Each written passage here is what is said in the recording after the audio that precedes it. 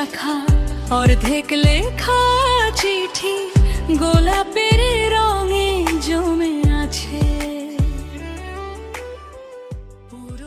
রাজু আর রানী দুই যুবক যুবতী। কলকাতার এক পুরনো পাড়ায় এদের জন্ম। কৈশোরে পৌঁছতেই এরা অনুভব করল যে একে অপরের অপরিহার্য। সাধারণত কিশোর বয়সের প্রেম যতটা দেহকে ঘিরে হয় ততটা মনের সঙ্গে মনের হয় না, কিংবা দেহ থেকে শুরু করে মনের গভীরে চলে যায়। এদের প্রেম কৈশোরেই ফল্গু ধারার মতো পথ হারিয়ে মাটির গভীরে তলিয়ে যায়। কিন্তু এদের গল্পটা অন্য রকমের।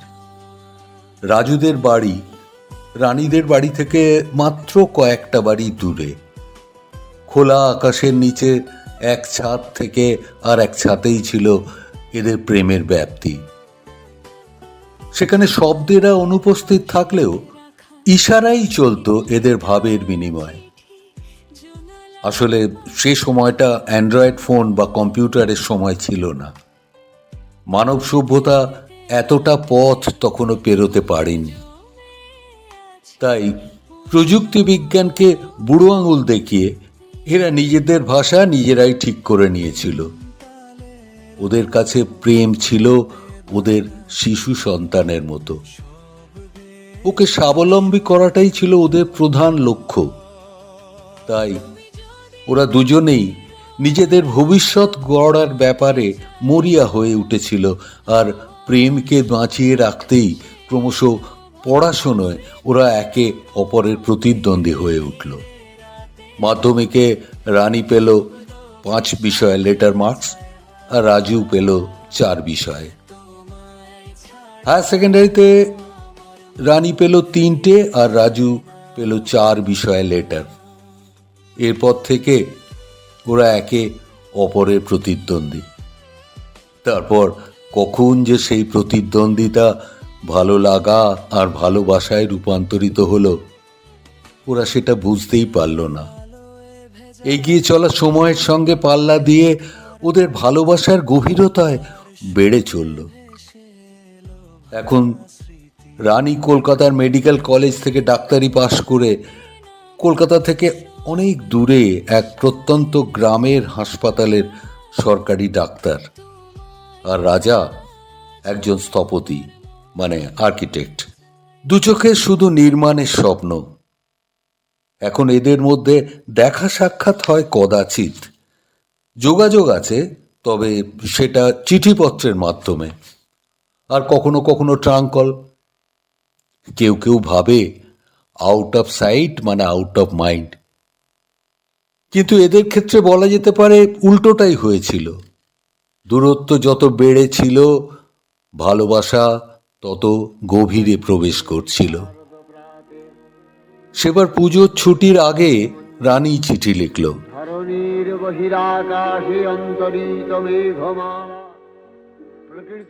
রাজু, তোমার নামের আগে প্রিয় শব্দটা না লিখেই চিঠিটা লিখতে শুরু করলাম। ওটা লিখলে আমার মনে হয় তোমার ওজন কমে যাচ্ছে। তোমার নির্মাণের আঁকিবুকি কেমন চলছে? 5 মাস হয়ে গেল আমি এখানে এসেছি, এর মধ্যে তুমি একটাও চিঠি দাওনি। জানার ইচ্ছেও হয়নি আমি বেঁচে আছি না মরে গেছি। যাই হোক, এবারে পুজোয় আমি বাড়ি যাচ্ছি, জানিয়ে দিলাম। রানী। রাজু তখন বেরিলিতে একটা সাইটে বিল্ডিং কনস্ট্রাকশনের কাজ চলছিল। সেজ কাকার হাত ঘুরে কলকাতা থেকে চিঠিটা এসে পৌঁছতে প্রায় 10 দিন লেগে গেল। ও তখন একজন সিভিল ইঞ্জিনিয়ারকে ডিজাইন বোঝাতে ব্যস্ত। এর মধ্যে এক জুনিয়র এসে জানালো কলকাতা থেকে ডাকে ওর একটা চিঠি এসেছে। চিঠিটা তখনকার মতো সে পকেটে ঢুকিয়ে রাখলো। রাতে শোবার আগে চিঠিটা মন দিয়ে পড়ল। পড়া শেষ করে একবার মুচকি হেসে লিখতে বসলো। রানী, আমি এখন বেরিলিতে, কলকাতা থেকে অনেকটা দূরে। এখানে একটা কনস্ট্রাকশনের কাজ চলছে। কাজটা একটু চাপের, তাই সময় করে উঠতে পারিনি, সরি। রানী, তোমাকে ঘিরেই তো আমার সব নির্মাণ। ধরো মাইকেল অ্যাঞ্জেলোর কথা, যিনি নিজেকে একজন স্কল্পটার হিসেবেই দেখতে চেয়েছিলেন, কিন্তু তাকেও আপোষ করতে হয়েছিল জীবনের সাথে একজন পেইন্টার হয়ে। রানী, তুমি আমার জীবনের সেই আপোষহীন স্বপ্ন, আর আমাদের ভালোবাসা হলো সেই নির্মাণ, যার মধ্যেই নিজেকে আমি খুঁজে পাই। আমি এখন মাইকেল অ্যাঞ্জেলোর মতো সিস্টাইন চ্যাপেলের সিলিংয়ে ফ্রেস্কো পেন্টিংয়ে ব্যস্ত। তবে শেষ কবে হবে জানি না। চেষ্টা করব পুজোয় কলকাতায় যাবার। যদি না পারি তাহলে তোমায় আমি বেহিসেবির মতো ভালোবেসেছি বলেই আকাশ আমার দু চোখে দিল জল ভরা মেঘ, নিচে এখানকার ঠিকানা রইল তোমার রাজু। আবার সেই সেজ কাকার হাত ঘুরে রানীর হাতে চিঠি এসে পৌঁছতে লেগে গেল 1 সপ্তাহ। রানীর আকাশে ঈশান কোণ জুড়ে তখন কালো মেঘের ঘনঘটা। কাজের এক ফাঁকে সে চিঠিটা খুলে পড়ল ঠিকই, কিন্তু তার মুখ দেখে কিছু বোঝার উপায় নেই যে মনের মধ্যে কি চলছে। অনেক কষ্টে সৃষ্টে রাজু পুজোর ছুটিটা ম্যানেজ করে কলকাতায় এলো। সপ্তমের দিন সকালবেলায় পাড়ার পূজা মণ্ডপে দেখা হলো দুজনের। একে অপরকে দূর থেকেই দেখেছিল। রাজু এগিয়ে এসে রানীর সামনে দাঁড়াতেই মাইকেল অ্যাঞ্জেলো ছুটি পেল তাহলে? বেরিলিতে এত চটজলদি চলে যেতে হয়েছিল যে তোমাকে ওখানকার ঠিকানাটাও জানাতে পারিনি। উত্তরপ্রদেশের এই এলাকাটা ভূমিকম্প প্রবণ, তাই অনেক কিছুই আলাদা করে ভাবতে হচ্ছে। আর মনে হচ্ছে কাজটা শেষ হতেও একটু সময় লাগবে। যাক, তোমার কথা বলো, ডাক্তার কি একজন শুধুই ডাক্তার, নাকি ক্যান্ডেল হাতে ফ্লোরেন্স নাইটিঙ্গেল হয়ে গেছেন? কি বললে? কিছু শোনা যাচ্ছে না, এখানে খুব আওয়াজ, ওইদিকে চলো। হ্যাঁ, এবার বলো কি বলছিলে? বলছিলাম, কিছু খাবে? না, অঞ্জলি দেওয়া হয়নি তো। ও, তুমি তো আবার ওসব মানো না। সুজাতার দেওয়া অন্ন গ্রহণ না করলে বুদ্ধ জীবনের সত্যটাই জানতে পারতেন না। মানে, খালি পেটে অঞ্জলি দিলে মন বারবার দেবতার পরিবর্তে উদরের দিকে ছুটবে। উফ, শুরু হলো আবার সেই তত্ত্বজ্ঞান। আমি সামলে নেব। হ্যাঁ, হাজার হোক ডাক্তার তো। আচ্ছা, আমরা কি সারাক্ষণ এসব নিয়েই কথা বলবো? আমাদের আর কিছু বলার নেই? অবশ্যই আছে। আচ্ছা, তুমি যে গ্রামে আছো সেটা ভারতবর্ষের মানচিত্রের ঠিক কোন জায়গাটায়? আবার আর কি? এটা পুরুলিয়ার একটা গ্রাম, নাম আমন্ডি। এতদিন কোনো সরকারি হাসপাতাল ছিল না বলে বহু মানুষ বিনা চিকিৎসায় মারা যেত। কিছুদিন হলো এই হাসপাতাল চালু হওয়ায় এখন মানুষের অনেকটা সুরাহা হয়েছে। এদের মুখে হাসি দেখলে মনে একটা অদ্ভুত তৃপ্তির আনন্দ পাই, সেটা কাউকে বুঝিয়ে বলার মতো নয়। কিন্তু তাই বলে কলকাতার এক বনেদি পরিবারে বেড়ে ওঠা একটা মেয়ে এভাবে একা একা গিয়ে একটা প্রত্যন্ত গ্রামে থাকা। রাজু, আমি একা কোথায়? গ্রামের সব মানুষ তো আমার পাশে। একা থাকতে আমি অভ্যস্ত। আর তাছাড়া আমার সঙ্গে লগন দাদা তো থাকে। লগন দাদা? সে আবার কে? আমার বাগানের বুড়ো মালি। বয়সে প্রবীণ হলেও ভীষণ শক্তিশালী। ও আমার মালি, কাজের লোক, আবার অভিভাবকও। তাই বলে তুমি পুরুলিয়াতেই জীবনটা কাটিয়ে দেবে নাকি? আমাদের এতদিনের স্বপ্নগুলো কি পুরুলিয়ার আকাশেই মেঘ হয়ে ঘুরে বেড়াবে? কি করব বলো?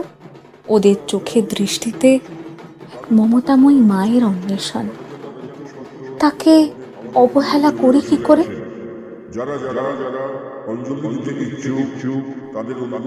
আমি অঞ্জলি দিতে চললাম, তুমি বড় একটা বিয়ে করে নাও।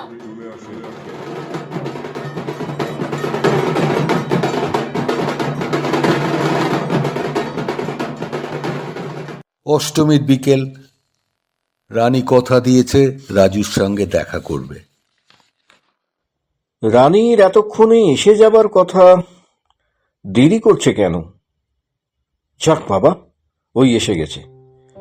এত দেরি হলো যে? ইচ্ছে করেই একটু দেরি করে এলাম। ইচ্ছে করে? তা কারণটা কি জানতে পারি? আমি তো আগেও বলেছি, আমার জন্য কেউ অপেক্ষায় থাকলে সেটা আমার নারী সত্তাকে জাগিয়ে তোলে। তা না হলে স্টেথোস্কোপ, স্ক্যালপেল আর বাইপোলার ইনস্ট্রুমেন্টের মতো আমিও ওই দলভুক্ত হয়ে যেতাম। তাহলে তুমি বলছো তোমার প্রগতিশীল নারী সত্তার মাঝে এখনো একটা শিশুকন্যা লুকিয়ে আছে? লুকিয়ে আছে না, বলো বাঁচিয়ে রেখেছি। আর সেটা তোমার জন্য। তোমার ওই আদেখ্যাপনাকে সামাল দেওয়ার মাঝেই আমি আমার ভালোবাসা খুঁজে পাই। মনে হয় তোমার এলোমেলো বেহিসেবি স্বভাবগুলো আবার সযত্নে ভালো করে ভাঁজ করে আলমারিতে তুলে রাখি। তাহলে ডাক্তার রানীর কি হবে? সে থাকবে তার আর এক সপ্তাহ। এই এই শাড়িটা? এটাই তো তুমি 2 বছর আগের পুজোয় দিয়েছিলে। এবার কিছু দেবে না? অবশ্যই। এই নাও। ওহো, তুমি এতক্ষণ ধরে ধরেছিলে এটা? কি আছে এর মধ্যে?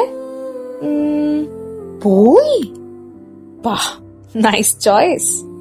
তোমার মনে আছে আমি যখন 7, তুমি তখন 9, ঠিক পুজোর আগে তুমি আমাকে নিজের হাতে মালা গেঁথে পরিয়ে দিতে। কখনো বইচি, কখনো গাঁদা, আবার কখনো বা শিউলি ফুলের মালা পরিয়ে দিয়ে কি বলতে মনে আছে? বেশ মনে আছে। বলতাম, আজ থেকেই তুই আমার বউ হলি। ইস, সেই ছোট থেকেই আমায় খুব বিয়ে করার স্বপ্ন। এই আজ থেকে না, আবার আমরা একে অপরকে তুই তোকারি করে কথা বলবো। দারুণ হবে, তাই না? ঘোড়ার ডিম হবে। সব মানুষের প্রমোশন হয়, আর আমার বেলায় ডিমোশন কেন? ধারণাটা ভুল। আমাদের আশৈশব সম্পর্কটা ছিল উন্মুক্ত আকাশের মতো।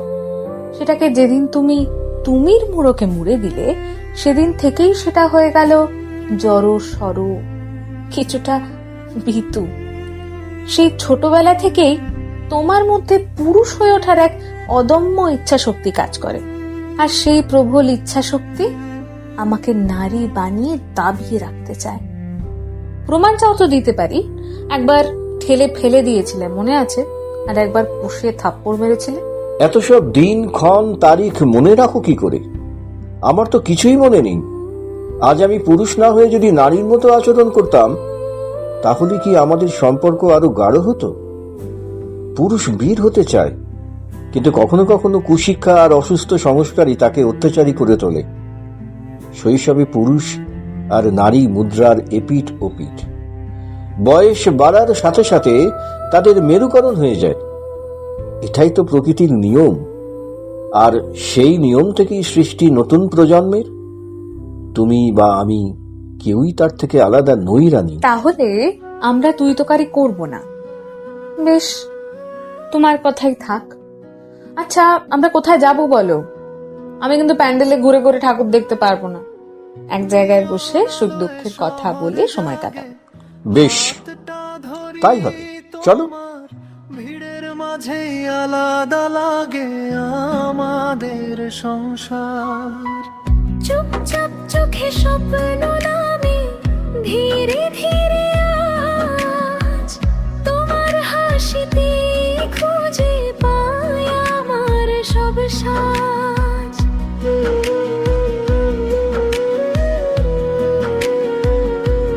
সব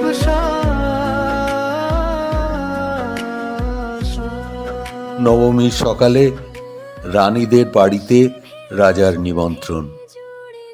আপ্যায়নে যাতে কোনো ত্রুটি না থাকে, তার জন্য রানী আর রানীর মা সকাল থেকেই রান্নায় ব্যস্ত। যত দূরে পথটা যায়, থাকো পাশে তুমি, এই তরুণ প্রেম বাঁচিয়ে রাখুক আগামীর আলো। রাজু, তুই তো একটু শুক্তো নিতে পারতিস তো, কিছুই তো খেলি না। ও কবে খেতে শিখেছে? তুমি আর খুড়িমাই তো নষ্ট করেছো ওকে। বুড়ো ধাড়ি ছেলেকে মুখের মধ্যে ভাত পুড়ে খাইয়েই তো এই অভ্যেসটা হয়েছে। আমি কিন্তু খাইয়ে দিতে পারবো না। আচ্ছা হয়েছে, ওকে খেতে দে তো। তখন হয়তো জিম্মা তুমি আমাকে নাও চিনতে পারো, কারণ ভালো করে না খেয়ে খেয়ে আমি তো অনেক রোগা হয়ে যাব। Very bad joke. ধীরে ধীরে আজ তোর হাসিতেই খুঁজে পায় আমার সুখ নেই কো মনে, নাক ছাবিটি হারিয়ে গেছে হলুদ বনে বনে। আবার কি হলো? আজ বিজয়া দশমী। সকাল থেকেই মনের মধ্যে বিচ্ছেদের সুর বেজেই চলেছে। কিছুই ভালো লাগছে না। এই না ভালো লাগারও কিন্তু একটা চৌম্বকীয় শক্তি আছে, আর সেটাই হয়তো আমাদের বারবার টেনে নিয়ে আসে একে অপরের সামনে। মানে তুমি বলতে চাইছো বিচ্ছেদের মধ্যেই মিলনের আনন্দ? সবাই যদি এভাবেই ভাবে তাহলে সংসার সমাজ এসবের কোনো প্রয়োজনই থাকবে না। মানুষ আর পশুর মধ্যে কোনো তফাৎ থাকবে কি? প্রজন্মের পর প্রজন্মের বাড়ন্ত হবে ঠিকই, কিন্তু সমাজ, সংস্কার, ভালোবাসা, প্রেম এই সব কিছুই অস্তিত্বহীন হয়ে যাবে। ও হ্যাঁ, এর মধ্যে একটা বই, ফ্রম ভোলগা টু গঙ্গা, বইটা রাহুল সাংকৃত্যায়নের লেখা। নাম শুনেছ? রাহুল সাংকৃত্যায়ন একজন খুব নামকরা ঐতিহাসিক ছিলেন। আচ্ছা, বইটা অবশ্যই পড়ে নিও, তাহলেই বুঝতে পারবে মানুষ কেন ধীরে ধীরে একে অপরকে আঁকড়ে সমাজবদ্ধ হতে চেয়েছিল। এই তো আমি এটাই বলতে চাইছি। একটা যুদ্ধের পর মানুষ সব হারিয়ে আবার নতুন করে যা কিছু বাঁচলো তাকে আগের চাইতেও বেশি করে আঁকড়ে ধরতে চায়। ডুবন্ত মানুষ খড়কুটো পেলে সেটাকে ধরে বাঁচার চেষ্টা করে না। তার মানে তুমি চাও না যে আমরা বিয়ে করে একসাথে সুখী জীবনযাপন করি? মানে আমার আশৈশবের স্বপ্ন এভাবেই। কেন তা চাইবো না? আর সব মেয়েদের মতো আমিও চাই একটা সফল পরিণতি। কিন্তু ভেবে দেখো, আমরা দুজনেই সেই ছোট থেকে মুক্ত বিহঙ্গের মতো আকাশে উড়ি। আমাদের কারুর উপর কারুর কোনো খবরদারি নেই, কোনো প্রশ্ন নেই, কোনো চোখ রাঙানি নেই। আর সংসার সবসময় খেতে চায়, যতই দাও তার পেট কিছুতেই ভরে না। সেই জাঁতা কলে তোমার আমার ভালোবাসা যখন পিষে পিষে ছিবড়ে হয়ে যাবে, তখন আমাদের সম্পর্কের মাঝে আর কি বেঁচে থাকবে বলো? থাকবে শুধুই একে অপরকে মানিয়ে নেবার এক কৃত্রিম প্রচেষ্টা। হ্যাঁ, সেই প্রচেষ্টাই তো ভালোবাসার আরেক রূপ। যখন ভালোবাসার রূপ, রস, গন্ধ চলে যাবে, বেরিয়ে আসবে একটা কঙ্কাল, তখন তাকে ঘিরেই শুরু হবে আমাদের ভালোবাসার নির্মাণ। আমাদের যত নষ্ট হয়ে যাওয়া পচা দিকগুলো, যেগুলো আমরা ভালোবাসার মোড়কে এখন লুকিয়ে রেখেছি, সেগুলো একে একে সব আমাদের সামনে স্বমহিমায় প্রকাশিত হয়ে যাবে। আর যত সেগুলো চোখের সামনে ফুটে উঠবে, তত আমরা একে অপরকে আঁকড়ে ধরব। অপরিহার্যতার মানেটা তখন আমাদের কাছে পরিষ্কার হয়ে যাবে, আর তখনই হবে আমাদের ভালোবাসার আসল পরীক্ষা। কি ম্যাডাম, আপনি কি পরীক্ষায় বসতে ভয় পাচ্ছেন? আমি কিন্তু রেডি। তোমার পক্ষে এসব বলা অনেক সোজা রাজু, কারণ তুমি একজন স্থপতি। ভাঙা করার কাজে তুমি অনেক দক্ষ। আমি সত্যি ভয় পাই আমাদের ভালোবাসাকে হারিয়ে ফেলার, ভয় পাই তোমাকে হারানোর। তোমার নির্মাণ ভালোবাসাকে ঘিরে, আর আমার নির্মাণ যে তোমাকে ঘিরে। তুমি ছোটবেলা থেকেই বড্ড ভীতু, আর তোমার ভয়টাই আমাকে বরাবর সাহস জুগিয়েছে। এবার একটু সাহসী হয়ে আমাকে শাসন করো তো। কি পারবে না ঘোমটা সরিয়ে বাইরে বেরিয়ে আসতে? নাচুর বান্দা, কি আর করা, না পেরে কি আর থাকতে পারবো? এরপর 1000 মাইল দূর থেকেও তুমি সারা জীবন আমাকে তত্ত্বজ্ঞানে বিদ্ধ করে যাবে, সে আমি শুনতে পারবো না। তাহলে হাত মেলাও, চলো আজ থেকেই আমরা শুরু করে দিই আমাদের নির্মাণ কাজ।